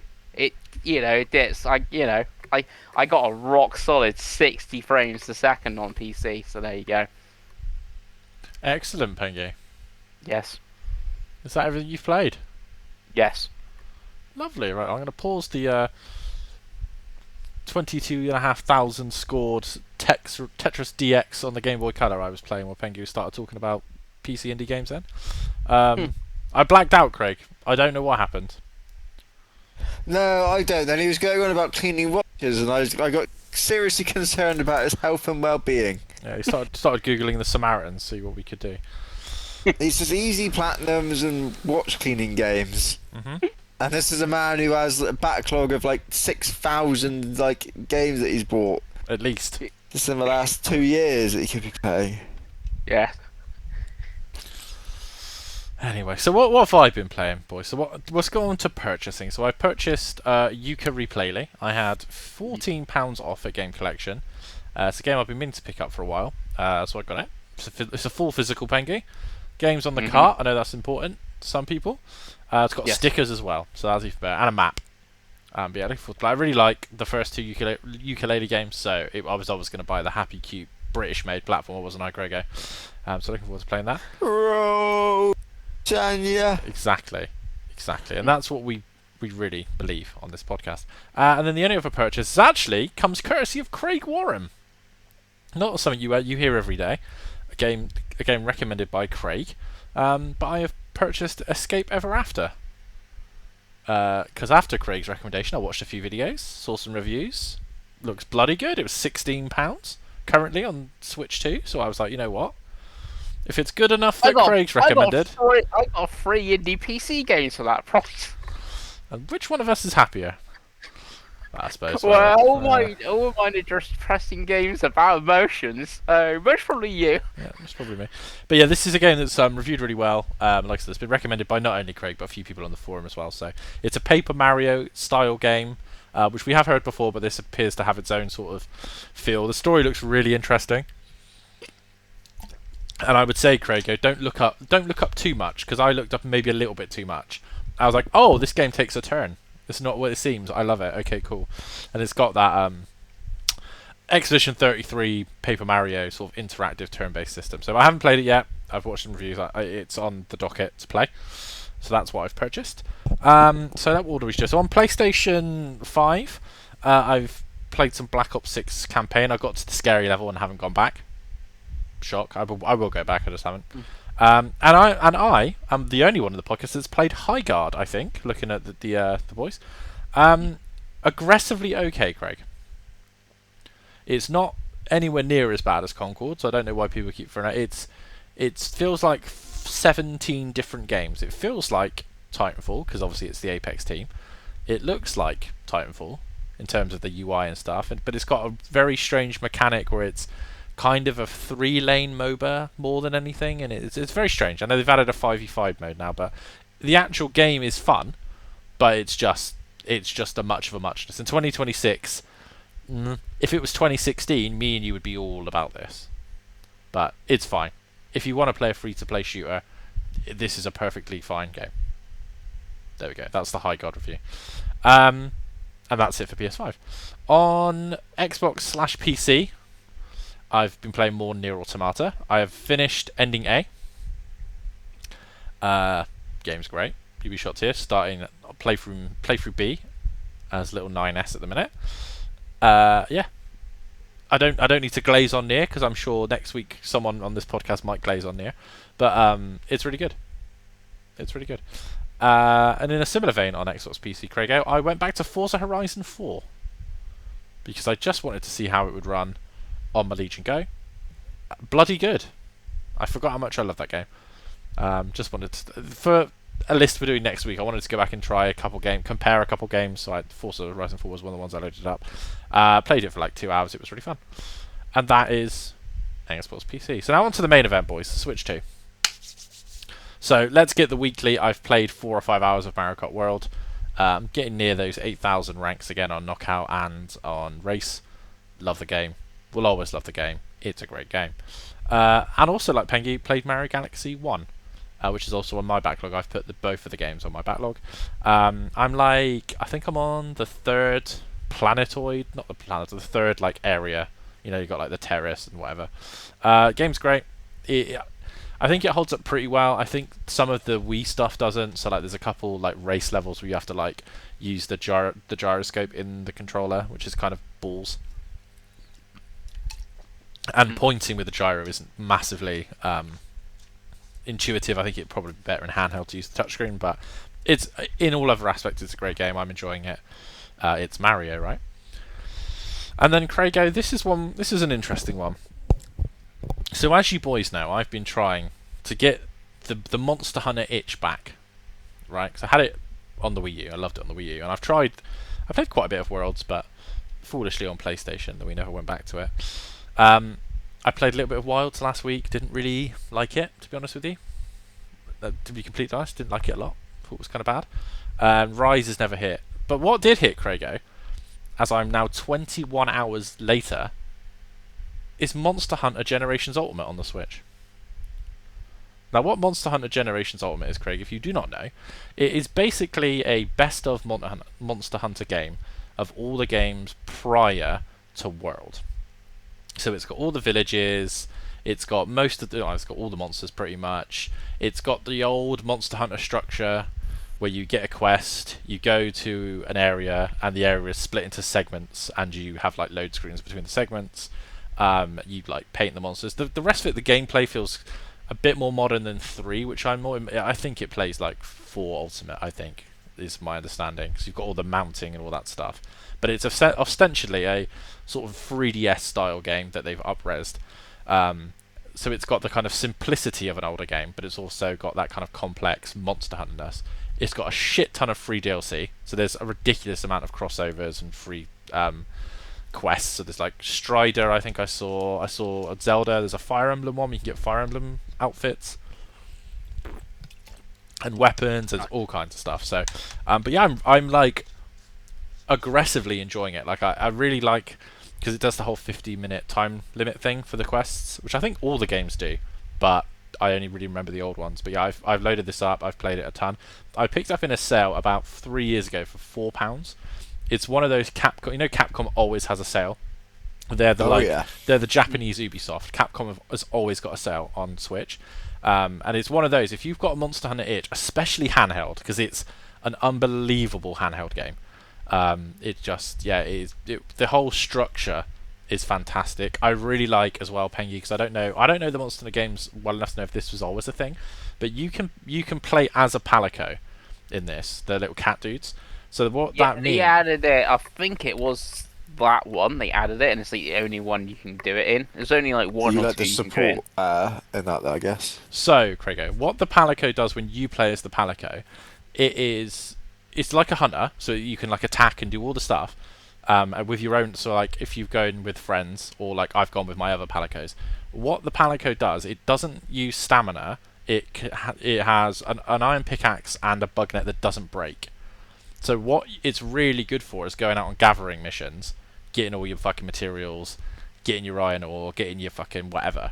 Fantastic for it. It makes that. It's got like a run, like unlimited run fast. Obviously, it's got some. It's got like attacks and stuff, and there's like special moves you can do. And that's kind of cool. And it's got all your Palicos have their armor, so they have the Palico like area. So I've got like a little unit of cats. I've got 2 cats that come out fighting with me. I've got 1 cat I've sent on that does like trading. I've got a couple more cats training, so I can swap them out because they've got slightly different skills and abilities. So obviously I'm playing single player. I'm not going online. You can go online and play with other people, but I'm like a fucking newborn babe in this sort of like elite Monster Hunter game, because it is the fans game, right? So I'm just like, I'm staying out of that for now. I'm just getting up. But I think I'm hunter level 5 on the village, and I've only just started doing the hub versions of that, which has a lot more. But yeah, I'm absolutely like enamored with it. Like I say, I come home from work and I am like, I'll do 2 or 3 in bed after work. Like just do a few. Maybe I'll go and do some gathering. Oh yeah, I need 6 shiny beetles, so I'll go and find those. There is actually a free app that's literally called, I'll find it now, MHGUDB, which is their database, and on it has every bit of it's completely free. It has every bit of information you could possibly want, Craig. It's got which quests are key quests for going up the levels. It's got where items are, what you need for all the weapon. Like, it's unbelievable. Like, it's ridiculous, this free app that some fan has made. It doesn't track your game, but like all the data's on here. So like, if I want to find out what I need for an armor piece, it's there. It's sick. I've gone for great sword. I usually go long sword. It's not much of a difference, but I wanted to change it up. I really like it. There's, again, I don't know if this is in the old games, there's a system called Monster Arts, Craigo, which basically means you have like ultimate skills. So I've got 2 equipped with it. One is like, it makes my stamina unlimited so I can run away when I'm getting nailed. And then it's got one which is like a crazy, like you drag the sword along the floor and like ends with a massive like upswing that like absolutely pulverizes dudes. But yeah, like I said, it's one of those I was not expecting. This was the one that was going to hit me, but I am like all in on it, and it's great. If when it inevitably goes on sale again, I do recommend it. Especially if you like Monster Hunter, which I know you guys do more than me really traditionally. And for the Switch, it is a very good handheld game. Like it really is. Like, yeah, but yeah, Monster Hunter Generations Ultimate, Craig. I didn't think that was what was going to be the main game this week, but it's turned out to be that. Oh, Nice. and there we go. So, Craigo, it's time for our games of February. It is indeed, and we're already in February, boys. We are. We've already started. And what are we on, the 4th? Yeah, we're on the 4th. Which is handy because our first game on the list comes out on the 5th, which will be tomorrow. And that is Dragon Quest VII Reimagined. There's a demo for this. I think you've both played. Obviously, there are already reviews for this. It's reviewed well. I think it's on like a 84 or 86. something like 85, 86, something like that. 85 it is, yeah. Get me some points, boys. Which is what Dave wants for fantasy. Is that right? Yeah. Pengi, I believe you've got this one pre-ordered, right? Do you already have it? I do have it pre-ordered. Yeah, because I played the demo. It's like 3.5 hours long. So again, also long demo. But Square Enix, they do that all the time now, and you continue your playthrough. And it's like, oh, I'm really enjoying this. I want this game, and like, I've already like started it, I guess, sort of thing. But yeah, it's one I looking forward to. I've got that coming for the Switch too. So yeah, it's something to play on the Switch too. So that's something as well. What about you, Davey? 'Cause I think you played the demo as well and quite liked it. So I really like the demo, and I really like it's a series I really want to get into. Right now, Craigo, I've got too many similar games sat in the backlog. So I've got Bravely Default Flying Fairy HD that I desperately want to play. I've committed to playing Persona 5 until June as well. So I will definitely pick up Dragon Quest 7, especially once I get a Pengi review as well. But like, yeah, it looks really cool. And it's one I want to pick up eventually. What about you, Craig? Because you're a bit more into turn-based now than you've ever been. Yeah, I like the idea of it. I don't know if it's going to be. I probably need to actually watch reviews or something like that of it and see what you both. I don't know if it's going to be a bit of a grind fest. I know Mike on Game Mess has played a few of these like older Dragon Quest games. He's played the HC 2D ones, and he's grindy, guys. If you're not into that, then that would be a problem, and I'm not into that. So we will see. Didn't seem to be from the demo. No, I'm really grinding. Yeah, but it's not going to be for like the first couple of hours, is it? There's always the a spike, isn't there? Where it's like, oh, you need to go away and grind now. And if that is the case of the game, then that probably wouldn't be for me. But yeah, I probably need to actually have a look and see actually watch some reviews and see what people think of it, because I haven't really seen anything of it as of yet. Also on February 5th, I have no idea what this. Curious, I'm hoping one of you do. Coming to PC is PUBG Blind Spot. Is coming to early access. Right, I think I could be wrong. It's a top-down multiplayer game thing. So it's top down. You got your character, and it's like multiplayer sort of thing. I'm trying to think what it looks like. I was going to say Hot Miami, but that's 2D, and this is 3D sort of thing. But yeah. Okay. Have you seen it, Dave? No. God, no. No. I've never heard of this. I just saw it as I was looking on Game Informer, and I was like, oh, what on earth is this madness? Oh, I see what you mean now, Pengi. This does look weird. Yeah. Does look weird indeed. Then on the next day, on February 6th, boys, we have a JDM, Japanese Drift Master. Is this the game that was doing its marketing and trying to be like, oh, this is Forza Horizon on PlayStation, you don't need Forza Horizon? Is that what this is? Yeah. Yeah. It already came, so it came What to utter PC. loser. So it came to PC Honestly. first. It came to Pathetic. PC first. Then it came to Xbox, and now it's coming to PlayStation. And weirdly, that's not put me off like the whole marketing thing. It's just like I know in 3 months' time I'm gonna have Forza Horizon 6 Forza Horizon. in Japan. So I'm like, I don't need GTA. Yeah, I have like wishlisted if it goes on sale for like a tenner or something. But I'm no like in rush to go buy it because I know in 3 months time or whatever, I'm gonna go buy Forza Horizon 6. So yeah. Yeah, I've not really heard or seen anything of this. I know I've It reviewed pretty right. well on Xbox. It went I down just saw that quite marketing. I was like, "Oh, you losers, you idiots." Mhm. But what about you, Dave? You like a racing game? I do. I'm curious why you skipped over Carmageddon, Craigo. He doesn't know I what don't it want is. to play that. Do So they? Carmageddon currently has 3 reviews, and it is 80, 80, and 89. Okay. And Carmageddon was Really? it's reviewed. Game Informer is a proper review as well. They've given it a 78. So Carmageddon was if you remember, Carmageddon was like a twisted metal racing game that was on like the N64 and the PS1 back in the day, and PC. Had lots of bad ports. I think the N64 port was particularly bad. I think that's what it's Yeah, known it was for. horrendous. But That's why I was shocked when you told me it was 70 something. yeah, but This game. it's one of the, I did see it when it was announced, and I was like, oh, you know what? This isn't, because there's this and there's an Atari one, isn't there? That's similar. I can't remember what it's called, but it's another like old series they've tried to bring back. But yeah, it. You know what, Craig? It's coming out on literally everything as well, including our friend the Switch 2. So it's that might be one to look out for instead of supporting this Japanese wishing it was Forza shenanigans. But yeah. Yeah, it's a choice they've made there. A choice they've made. Again, on February 6th, we've had Neo 3. Pengi's already talked about that. We don't need to go over that again, do we? And then jumping to February 10th, boys, just coming just to PC, just for Chris Pengelly, is Mugenics, which is a game that I have on Fantasy. Yeah, you got And it's it. probably Hey, going y'all, to get me mercy. points, because it's some sort of roguelike life sim thing, right? With Yes. cats? Yes, you breed cats and they get different abilities based on their parents and stuff, and that makes it like the roguelike thing where you're going And this is around. from the guy who made The Blinding of Isaac, is it? Yes. Well, the numbers don't lie, Dave, and this is all sounding like points. Yeah, that's why actually. that's why I've not counterpicked it this year. Yeah, yeah. None of us are going to play this. It's points. No. We look forward to that. We have on February the 11th, Dead Man. This is one of these. Is it Suda or Sweary? it's It's One of Suda these weird 51. things, and they're always bad, and no one ever plays them. Yeah, pretty much. Yes, Suda 51. Yeah.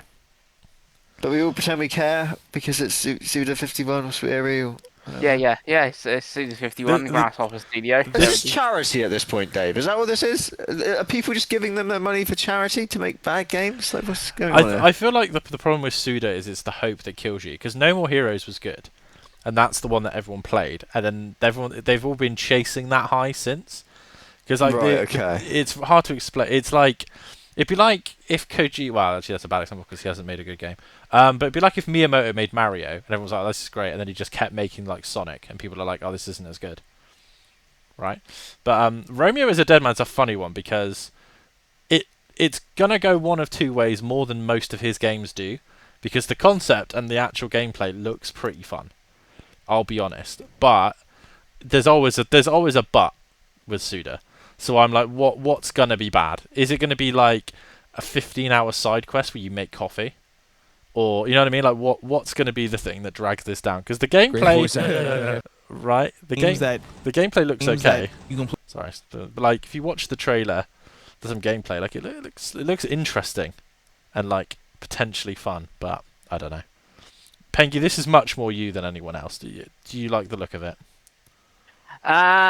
It looks like a Suda 51 game, and I have other Suda 51 games I can play. Like I have Killer is Dead on PC, I think, which I've not played, which I could go play and stuff like that. And it's digital only, so I don't know how much it is and stuff like that. Because Craig Miss Crystal Theatre of Idols, which I played the demo of, I found out that's only €17 and 50 cents. So if Romeo's Dead Man is priced like that, by expecting it to be 40, 50 quid, which yeah, it's going to be too much, I think. Too much indeed. On to February 12th, we have a Dear Me I Was. Did you play this, Pengi? Is Yep, this one yeah, of these nonsense games you play? yeah. It was a Switch It's like 2. It was 20 minutes long and it's just. Yeah, it's like £4. It was Switch 2 only at the time. Yeah, and it used the it uses the mouse controls of the Switch It's just 2. one of those games you play and go, I got some games on the Switch finally. Is that what this is? Yeah, You it use was. it as a crutch to beat on Nintendo? Yeah, but now it's coming to Switch One, PC, iOS, and Android. So Oh, good. yeah. So, but Dave, you like, have even more options now if you didn't want to use your Switch 2. yeah, Okay. I can see it working well with like obviously mobile and PC because it's got mouse and touchscreen sort of thing. Obviously on Switch One you're gonna I guess play it in handheld mode would be the best bet and play it touchscreen. But there you go. Yeah. Sticking to Switch 2. Uh, Go on, Pengi. well, Killer In, that's an early access game. That's from Square Enix. That game. Anyway, moving on to Switch 2. On February 12th, we have Mario Tennis Fever, Dave. We do. Um, the Mario sports games. Does this tickle your fancy at all? I have it pre-ordered, Craig, so I'm very excited to play There it you next go. week. Yeah, again, it's stuff again that was in that list of previews I was going on about earlier, and the previews have been very positive. I think Aces gets thrown in with Super Rush and the Bad Football game, and it was again I played all three, and Aces was definitely the best of the three last time. And they appear, from what I can tell, there's already a lot of content in this from the previews, so I'm quite excited. You know I love a Mario exclusive game to play. You know I'm going to play this online with Chloe. Yeah, I'm quite excited, Craig. What about you, Pengi? Are you going to Wimbledon? No. No. Nah. No, I need to see some proof of pudding first. There's actually anything to this before I would even Yeah, it's all even well and consider good. it. Previews going the multiplayer is fun. I expect if we played it multiplayer right now, it'd be fun. But like, what's the story mode? What's the content? And It's a tennis game, all Peggy. that good stuff. Yeah, but I still want story content. What's the content, Dave? We'll see. Reviews next week. Yeah. After that, well, actually on the same day as that, on February 12th, we have Yakuza Kiwami Craig, what about 3 Ride and 6? We've done this with bike games before. You can't forget about the bike games. Ride 6 coming February 12th. Carry on. and Dark Ties is coming to absolutely everything by the looks of it. I probably won't bother picking this up yet because I've got Zero, Kiwami 1 and Kiwami 2 to play before I can even consider this. But it is exciting nonetheless. And I believe Dave has this in fantasy and it's probably going to get him a good, healthy chunk of points, I would have thought, right, Davey? I hope so. There was a lot of I was a bit worried when the demo required a patch because it was kind of bad. So that Especially on PC. worried The demo. worried me a little bit, but I'm sure it'll be fine. And I'm in exactly the same boat as you, Craigo. I will definitely play this year, but I need to play Kiwami 2. I played Kiwami 1 last year, so when I finish Kiwami 2, I will pick up Kiwami 3. What about you, Pengi? I think you bought the collection Same. that I bought, right? I got to play 0, 1, and 2 before I even think about 3. Oh, he's going to be sensible, mate. I'm proud of you, Pengi. There's Yeah. hope yet. There's hope yet. We touched on High on Life 2 previously, so on February 13th. We do have Reanimal coming, which is very lots in the There's a lot of games that me and Dave have on fan. Beginning part of this month. Me and Dave are going to be pulling away a little bit, I think, here. Yeah, I would be like you last year, waiting for all the games to come out. Yeah, it seems like it, because I didn't realise until I was looking at this. I've got that. I'm sure Dave's got that. Yeah, Reanimal comes on the February 13th. I know Deirdre in work is very excited about this. He's absolutely gooning his pants for this one. It looks good. Looks cool. We need to go back and finish Lego Voyagers, Pengi. Yeah, we do need to do that. I was enjoying that. Yeah. Back, did we? Yeah, we should probably do that and then maybe think about Reanimal if it turns out it's been good, right, Pengi? Yeah. Yeah, that sounds like a plan. What else have we got? We've got on February Guardians of Azuma, not Garden. Comes to PlayStation and Xbox. This is a to launch game, I believe, right? Yeah. Yeah. It's the one that And Pengi it's not bought and coming sold. to and the other platforms. Are you going to buy it and sell it again on the PlayStation 5, Chris McGilly? No. No, No. I'm not going to do that, no. No, you've learned your lesson. Yeah. Until the next farming game comes out, and that itch needs to be tickled, right? It's got to be. Well, It's got to be a Pokepia story is in seasons. March. Oh So, god. yeah. We Oh, go God. again, We Davey. do. We go again. I can't imagine you're going to be going again for that. Me, no, absolutely not. I will also add that Highland Life 2 is coming to Switch 2, but in April, I think. Nice. We do also have, we touched on it earlier, but Avowed coming to PlayStation 5 on February 17th. I think if you two are going to play it, you've played it already. Mhm. I'm looking I tried through on what else. PC and I didn't get really into it, so... Yeah. What else have we got I'd- going on I'd here? say- Oh, February. Go on. Go on, Dave. I was going to say, if you're going to skip over this big bunch, I'd say Ease 10 Proud Nordics. That's February where I 20th, was stopping. yeah. February 20th, because I know we like to talk about Eves on this podcast. Yeah. I don't know if we play them, but we talk about Eves 10 Proud Nordics is coming to PlayStation 5, Switch 2, and PC. Is that a new game? Is it a remaster? So Is it's it an a port? enhanced version of Yeast 10. They've added an island. It now has an island, but you have to buy the whole game, and it's like 65 quid. It basically is Crikey. doing the Atlas route. You know, like Atlas do Persona 5, and they do Persona 5 Royal. Yeah. And it's a whole brand new game. They're now doing that as well. So yeah, it's basically a whole new game, but isn't a whole new game. It's got a new island and a few other bits and pieces. Did either of you play the original Eves 10? I started these 10. Yeah. I can tell you that. Yeah, No, I I'm a can tell few you that. behind. I think the last one I played was 8. There you go. This could be your chance to jump back in, Davey. Yeah, right. Apparently on February 25th, there's something called Rain coming to PC, iOS, Android. What the hell is this, Chris Mangeli? I put it in the thing because I didn't think it was on the list, but they must have updated the list again. The list game for I put it because it's a Witcher game, and I thought you might have thought it'd be interesting. So it's Reigns is mainly a mobile game. It's Oh, God. and you either swipe left or right on decisions, and you're playing as Geralt sort of thing. Yeah, so there you go. Okay. Not for you, Yeah. Craigo. That's Not the for you, polite but way it's of a new saying it. Witcher game. Is this the, there's people were getting really excited. Witcher 3 DLC all these years later. Is this what they've turned into? No, Could have been. I That'd be quite think funny, wouldn't probably it? not, but yeah. You thought you were getting another bastards. On February 26th, we have No Sleep for Kamane Date from AI. I'm guessing this is a port or Yeah, it something. was a 'cause I Switch- swear it was a this game's Switch 2 come launch out title. 600 times already. Yeah, it was a Switch 2 and Switch Did 1. you buy this one, game. Pengi? No, I never bought this one. Well, I now's did. your chance on PlayStation. Does that make you want to buy it?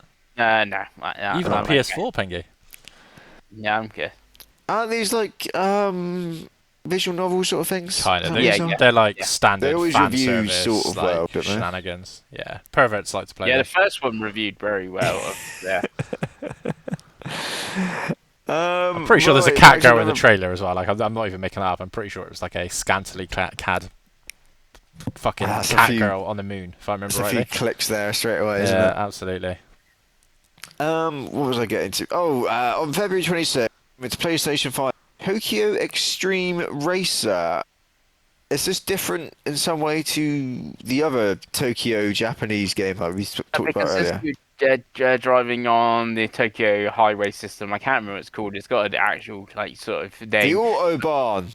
No, it's not the Autobahn. I think it's probably weirdly close. It's like, because Autobahn is just fast road, so I think it's whatever the Yeah. Japanese for fast road is. Obviously, this is a Dreamcast game back in the day, Tokyo Extreme Racer. Oh, is Yeah, it? Yeah, Pengi There hasn't was played two it. of them on the Dreamcast. There was a third one on PS2. I think the second one might got ported to the PS2. But it's £45, Craig. So Oof. digital only. So yeah. It's been on Steam for quite a while. I have got it on my Steam wish list, hoping it goes on sale cheap. But yeah, not for £45. No. Again, in 4 months' time or whatever it is, I can play Forza Horizon 6. So yeah. Yeah, that is the problem with the Forza Horizon series. Is Mm. games are fun. You Yeah. look at them all and you go, well, I could just go play Forza Horizon again. Yeah. That is a problem. Davey, are you going to Tokyo Extreme Racer? No, but you put some damn respect on the Disney Afternoon Collection's name, Craigo. I'm sorry. They've got They've it's had a 2 new games. it is. They've added 2 more games. They've added Goof Troop. Remember Goof Troop when you were a kid? No, you didn't watch cartoons, did you? You weren't allowed cartoons. I remember this. I remember this Yeah. conversation. But yeah, Disney Afternoon. I might buy Disney Afternoon Collection, Craigo. But Tokyo There you Extreme go. Racer for £45, absolutely not. That does seem spenny. It does. Absolutely.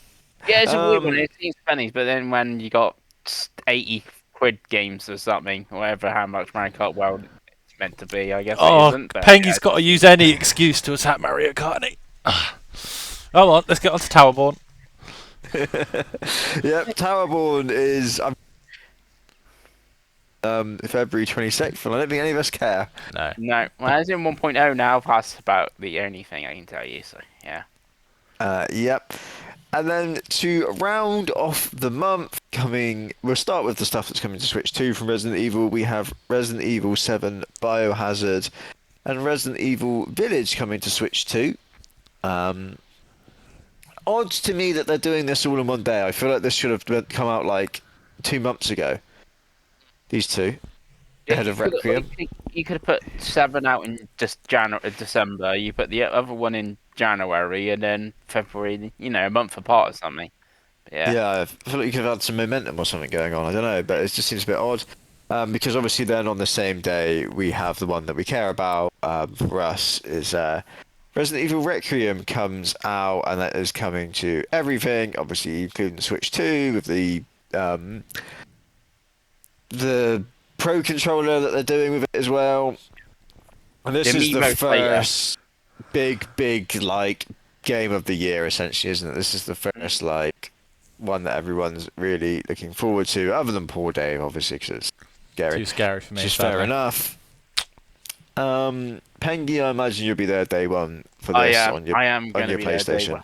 Yeah, on my PlayStation 5, I will be. On my PS5 Pro, where I got 60 frames a second with ray tracing. So there we go.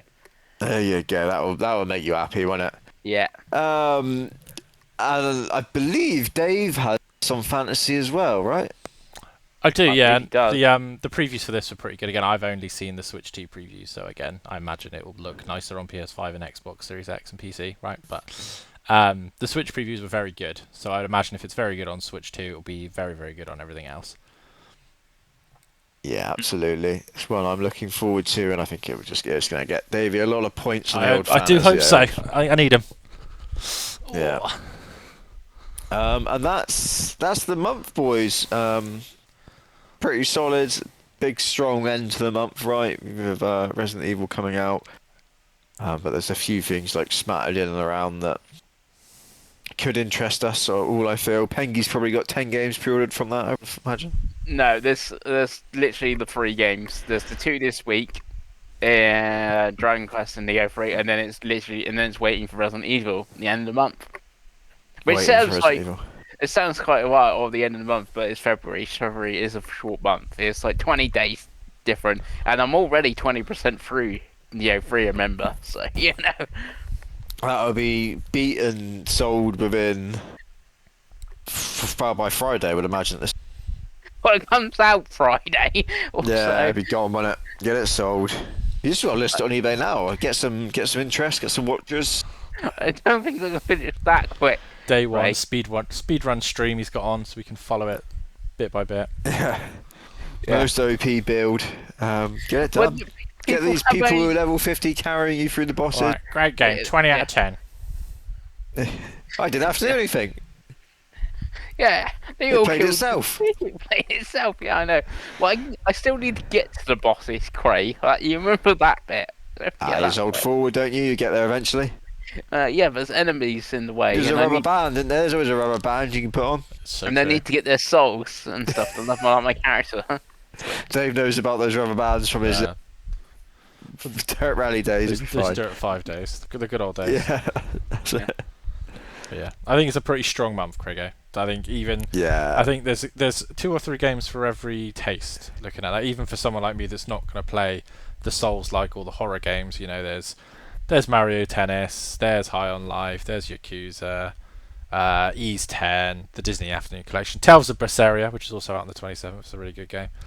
Yeah, I think there's a lot. I think it's you know, like even if we're not going to do the games of March, but March is also looking pretty strong. It's looking like we're going to have a pretty stacked first half of the year.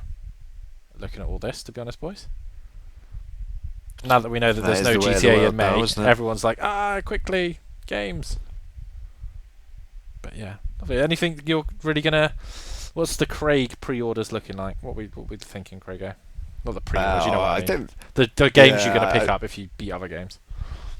I think it's kind of waiting for Resident Evil and seeing if anything else comes out that looks good and reviews well and takes my fancy. But until then, probably just be focusing on some backloggy stuff. I would have thought. Obviously, I've got Silent Hill on the go and Hyrule Warriors. I know some that long, so then probably start something else in the backlog. I've got a bit of time off now, so PGA Tour, Craigo. Play that in bed. Comes out PGA on Tour. Friday on Switch 2. Oh, as you know, I'm a demon at those games. Yeah, Yeah, demon. Certainly are. Certainly a word for you. Lovely. Well, we're 2 hours down. So if you've got this far, thank you very much. We will be back next week. Like I said, it is the 10-year anniversary episode next week, so we're going to be going over our own personal top 10 games. I would imagine the lists are going to be very different, but we will see. But yeah, thank you for watching, and we will see you next time. Bye.